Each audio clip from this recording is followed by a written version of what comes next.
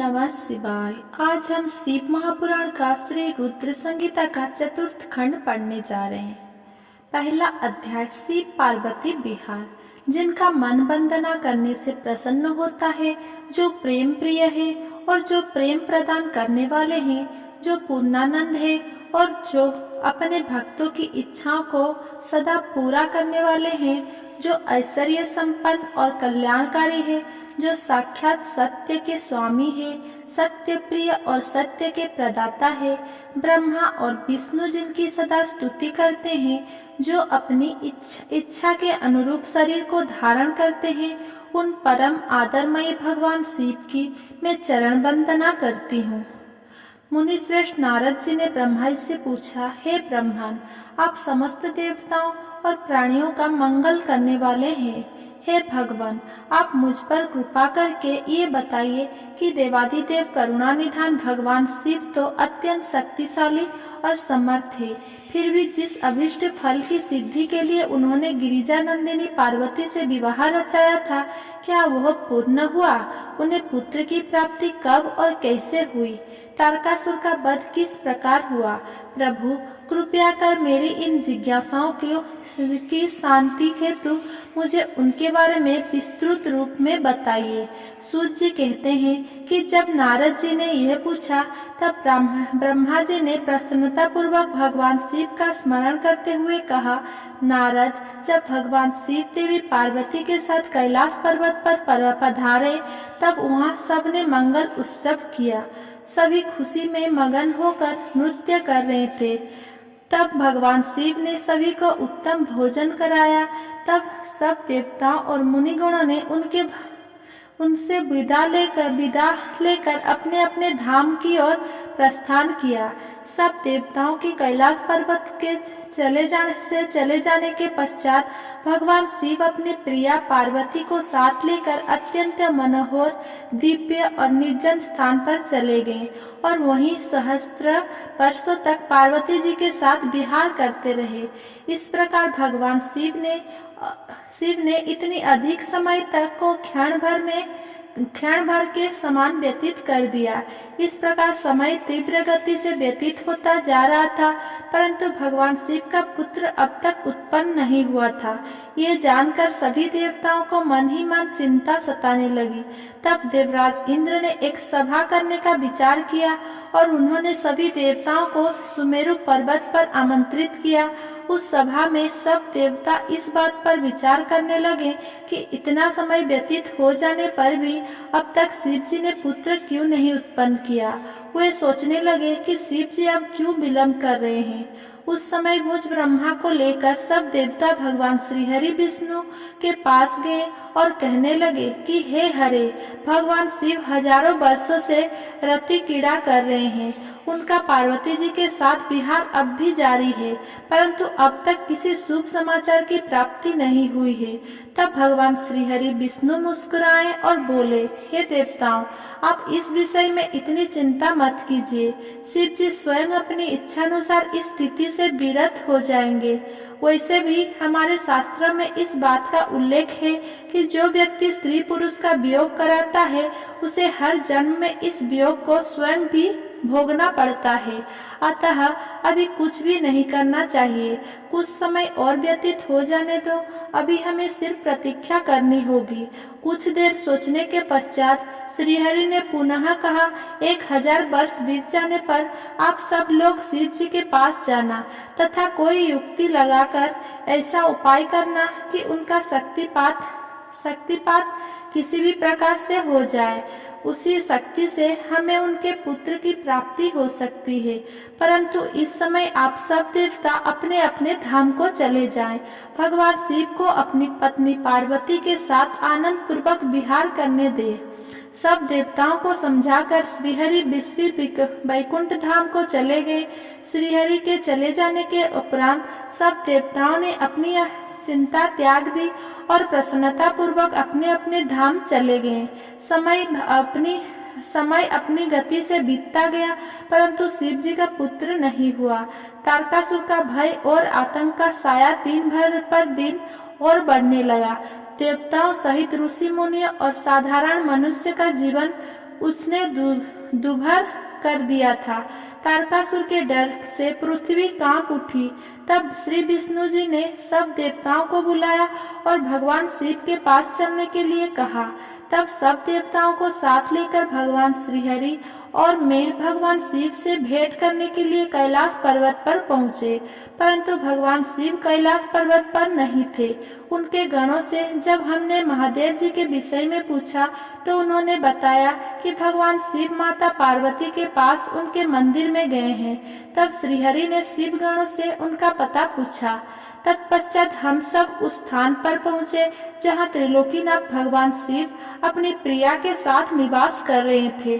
तब वहाँ उनके निवास के द्वार पर पहुंचकर सब देवताओं ने भगवान शिव का स्मरण कर उन्हें मन में प्रणाम कर उनकी स्तुति आरंभ कर दी। दूसरा अध्याय, स्वामी कार्तिकेय का जन्म। ब्रह्मा जी बोले, हे नारद, भगवान शिव तो सर्वेश्वर है, हर विषय के ज्ञाता है। वो भला उनसे कोई बात किस प्रकार छुप सकती है। भगवान शिव तो महान योगी है और सब कुछ जानने वाले हैं। इसीलिए उन्होंने अपने योग बल से यह जान लिया कि मैं विष्णु जी सभी देवताओं के साथ लेकर उनके द्वार पर आए हैं। तब वे बड़े हर्षित हुए और हम सब से मिलने के लिए द्वार पर पधारे और हमारी स्तुति को स्वीकारते हुए बोले, आप सब एक साथ यहाँ क्यों पधारे हों। तब हमने अपने आने का प्रयोजन बताते हुए कहा कि हे देवादिदेव, करुणा निधान भगवान, तारकासुर के अत्याचार दिन प्रतिदिन बढ़ते जा रहे हैं। प्रभु, अब तो उपाय कीजिए कि हमें उसके आतंक से मुक्ति मिल जाए।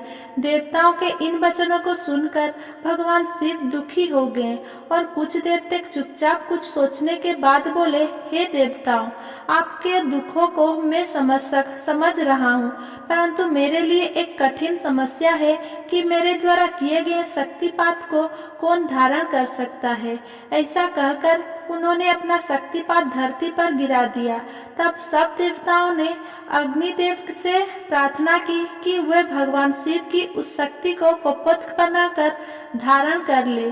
सब देवताओं का आग्रह स्वीकार करके अग्निदेव के कोपत रूप धारण कर उस शक्ति को अपने अंदर समाहित कर लिया। जब बहुत देर तक भगवान शिव देवी पार्वती के पास वापस नहीं पहुँचे तो परेशान होकर देवी स्वयं उन्हें देखने बाहर चली आई। वहाँ जब उन्होंने अग्निदेव को उस शक्ति का भक्षण करते हुए देखा तो वे क्रोधित हो गई। उस समय उनकी आंखें गुस्से के कारण लाल हो गई थी। तब देवी पार्वती ने अग्निदेव से कहा, हे दुष्ट अग्निदेव, आपने मेरे पति त्रिलोकीनाथ की शक्ति का भक्षण किया है, इसलिए आज मैं तुम्हें शाप देती हूँ कि तुम सर्वभक्षी होंगे। जो भी तुम्हारे संपर्क में आएगा वो तत्काल नष्ट हो जाएगा। तुम सर्वथा इस आग में स्वयं भी जलते रहोगे। अग्निदेव को क्रोध में यह शाप देकर देवी पार्वती वहां से चली गई।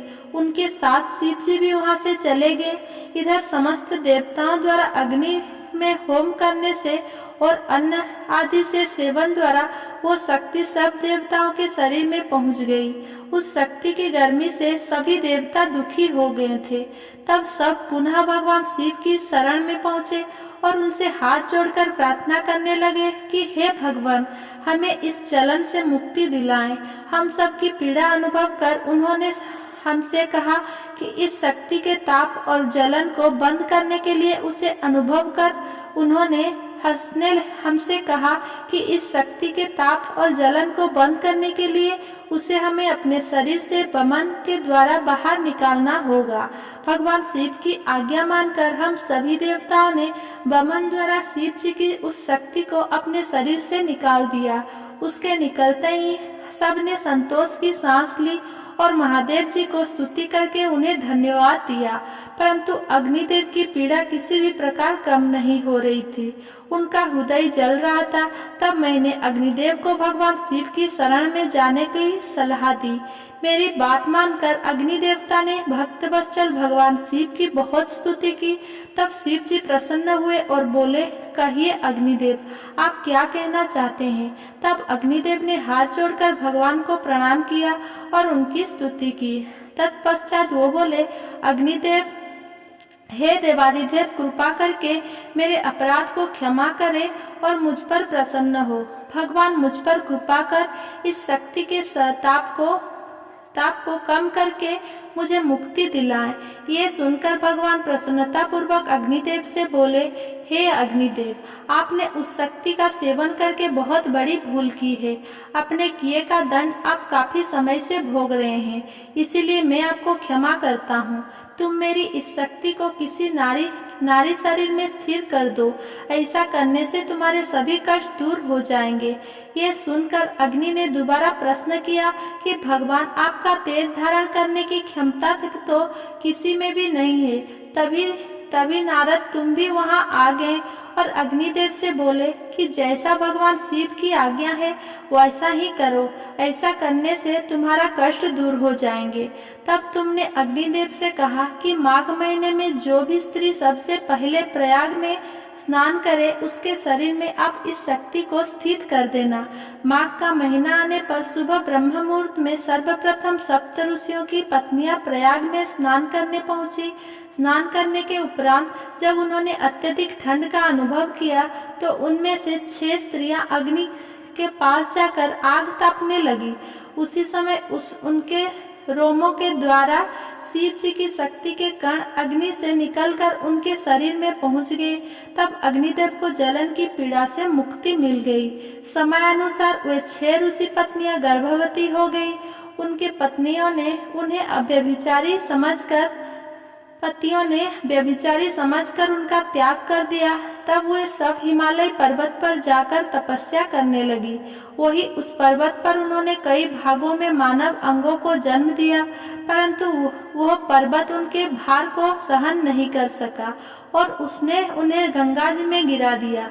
गंगा जी ने उन्हें जोड़ दिया, पर वे उस बालक के तेज को सहन नहीं कर सकी और उसे अपनी तरंगों में बहाकर सरकंडे के वन के निकट छोड़ दिया। वो तेजस्वी बालक मार्गशीर्ष में शुक्ल षष्ठी के दिन पृथ्वी पर उत्पन्न हुआ। उसके पृथ्वी पर आते ही शोभा को आनंद की अनुभूति हुई। आकाश में दुदुभियां बजने लगी और फूलों की वर्षा होने लगी। तीसरा अध्याय, स्वामी कार्तिकेय और विश्वामित्र। नारद जी बोले, हे ब्रह्मा जी, जब वह बालक पृथ्वी पर अवतरित हो गया तब वहाँ क्या और कैसे हुआ?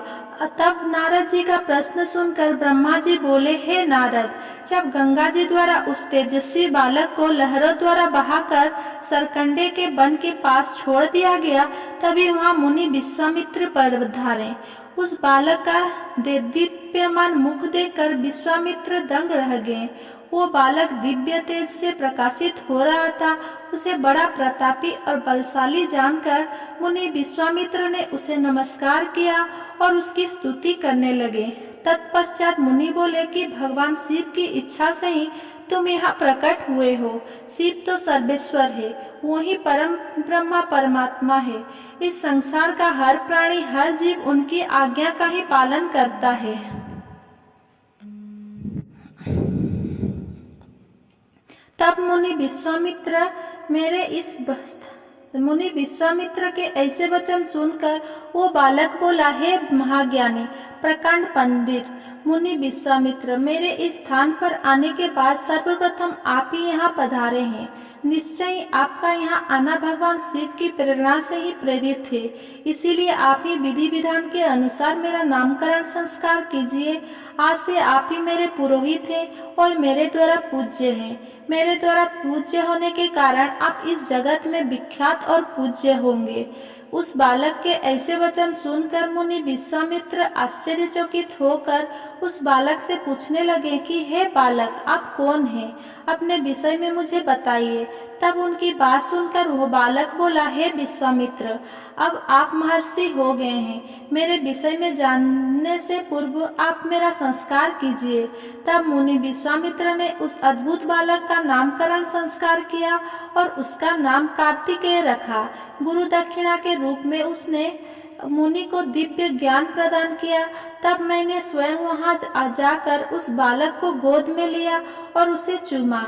तत्पश्चात मैंने उसे शक्तियां और शस्त्र प्रदान किए। उन अद्भुत शक्तियों को प्राप्त कर वो बालक बहुत प्रसन्न हुआ और तुरंत ही पहाड़ पर चढ़ गया। पहाड़ पर चढ़कर वो उसके शिखरों को गिराने लगा तथा वहाँ की संपदा नष्ट करने लगा।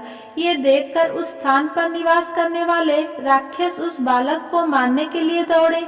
उन भयंकर राक्षसों से बिना भयभीत हुए उसने उन सब को भगा दिया। उनके भयंकर युद्ध से पूरा त्रिलोक कांपने लगा। त्रिलोक को भयभीत होता देखकर सब देवता वहां पहुंचे। देवराज इंद्र ने क्रोध में आकर उस बालक पर प्रहार किया। इस प्रहार के फलस्वरूप उस बालक के शरीर से विशाख नाम का दूसरा पुरुष पैदा हो गया। उन्होंने उस बालक पर एक और प्रहार किया तो निगम नाम का एक और महाबली पुरुष पैदा हो गया। इस प्रकार इंद्र के प्रहार से 4 स्कंद पैदा हुए जो बहुत वीर और बलवान थे। तब क्रोधित होकर ये चारों स्कंद एक साथ मिलकर स्वर्ग के राजा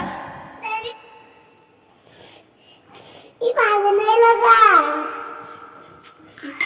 इंद्र को मारने के लिए दौड़े। ये देखकर इंद्र घबराकर अपनी जान बचाने के लिए कहीं दूर जाकर छिप गए।